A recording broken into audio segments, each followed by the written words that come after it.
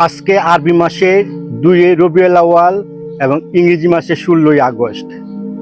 26 August 12 Rabiul Awal হজরত মোহাম্মদ সাল্লাল্লাহু আলাইহি সাল্লামের জন্মদিন, যাকে আল্লাহ রাহমাতুল আলামিন হিসাবে দুনিয়াতে প্রেরণ করেছেন, অর্থাৎ বিশ্বজগতের রহমত হিসেবে প্রেরণ করেছেন।